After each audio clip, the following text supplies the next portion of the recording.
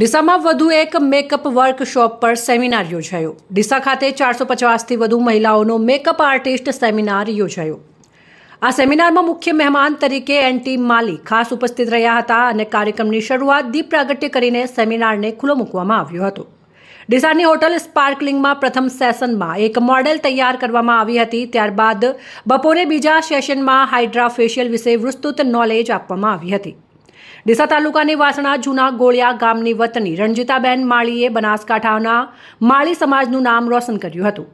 450થી વધુ મહિલાઓએ આ કાર્યક્રમમાં ભાગ લીધો।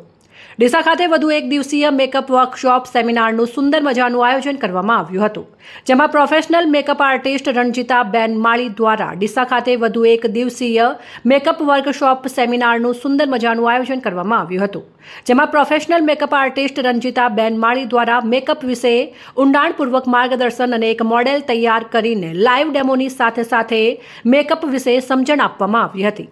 બનાસકાંઠા માળી સમાજનું ગૌરવ વધારેલ અને નામ રોશન કરેલ એવા ડીસા તાલુકાની વાસણા જૂના ગોળિયા ગામની વતની રંજીતાબેન માળી જેઓ મેકઅપ આર્ટિસ્ટ તરીકે ઓળખાય છે, જેમાં 450થી મહિલાઓ ખાસ ઉપસ્થિત રહીને આ કાર્યક્રમને સફળ બનાવ્યો હતો। ડીસા તાલુકાની રંજીતાબેન માળીએ અગાઉ પણ ગુજરાતની અભિનેત્રી દ્વારા એવોર્ડથી પણ સન્માનિત કરવામાં આવેલા છે। બનાસકાંઠા જિલ્લા સિવાય પણ મધ્યપ્રદેશ અને રાજસ્થાનમાંથી આશરે 450થી વધુ મહિલાઓએ આ કાર્યક્રમમાં ભાગ લીધો હતો।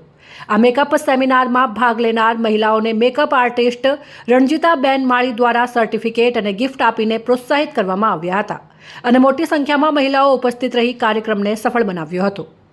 નમસ્કાર, મારું નામ છે રંજીતા માળી ડીસાથી। હું એક મેકઅપ આર્ટિસ્ટ તરીકે ઓળખાઉં છું ડીસામાં એન્ડ મારે અહીંયા બહુ ક્લાસીસ બી સારા ચાલે છે અને અમે વિચાર્યું પહેલાં અમે સેમિનાર રાખ્યો તો જલારામ હોલમાં, ત્યારે 250થી વધારે મહિલાઓ ભાગ લીધો હતો અને પછી મેં વિચાર્યું કે થોડું મોટું કરું તો સ્પાર્કલિંગમાં અમે સેમિનાર રાખેલો હતો। ત્યાં મહિલાઓએ 450થી વધુ મહિલાઓએ ભાગ લીધો હતો। મહિલાઓ પાછળથી બી બુકિંગ માટે આવતા હતા, કોલ પણ અમે ત્યાં હોલ જ ભરાઈ ગયો હતો। પછી પાછળનું અમે 300 મહિલાઓને ના પાડી હશે બુકિંગ માટે। એમને આ સેમિનારમાં આવેલા એમને બહુ જ મજા આવી, બહુ બધું શીખવા મળ્યું। ફર્સ્ટ અમે બ્રાઇડલ મેકઅપ દેખાડ્યું, સેકન્ડ અમે હાઇડ્રા ફેશિયલ અને કોરિયન ફેશિયલ દેખાડ્યું। એમને ત્યાં હાઇડ્રા ફેશિયલ અને કોરિયન ફેશિયલ માટે અમને બહારથી સુરતથી ડૉક્ટર મેડમ બોલાવેલા હતા, બ્રિજેશ શાહને। એમને પણ બહુ જ સારું એમને વર્ક દેખાડ્યું અને મેં બ્રાઇડલ મેકઅપનું વર્ક દેખાડ્યું। લેડીઝો ત્યાં અમને જોઈને એવી ખુશ થઈ જતી હતી કે આ એટલું આ કરી શકે છે તો અમે કેમ નહીં। અમને એવું જ કહેવા માંગીએ છીએ કે તમે સેમિનાર એટેન્ડ કરો, તમને બી તમારી લાઈફમાં કંઈક કરવાનું મન થાય। ઘરમાં બેસી રહેવું એના કરતાં કંઈક ને કંઈક કરવું જરૂરી છે, કેમ કે લાઈફમાં ઘણું બધું જાણવું અને દેખવું બહુ જરૂરી છે।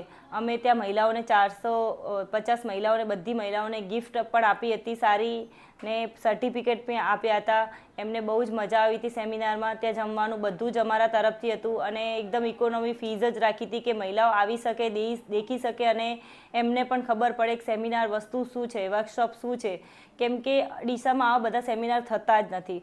ફર્સ્ટ સેમિનાર મેં લાવ્યો હતો ત્યારે બી લેડીઝને બહુ જ મજા આવી હતી અને અહીંયા સેકન્ડ સેમિનારમાં મહિલાઓ બહુ જ એન્જોય કર્યો છે અને ઈચ્છું છું કે મારા બનાસકાંઠામાંથી મને આટલો બધો મહિલાઓનો પ્રેમ મળે તો હું ફરીથી સેમિનાર લઈને આવીશ। Thank you. અહેવાલ ભરત સોલંકી, સંબંધ ભારત ન્યૂઝ, ડીસા।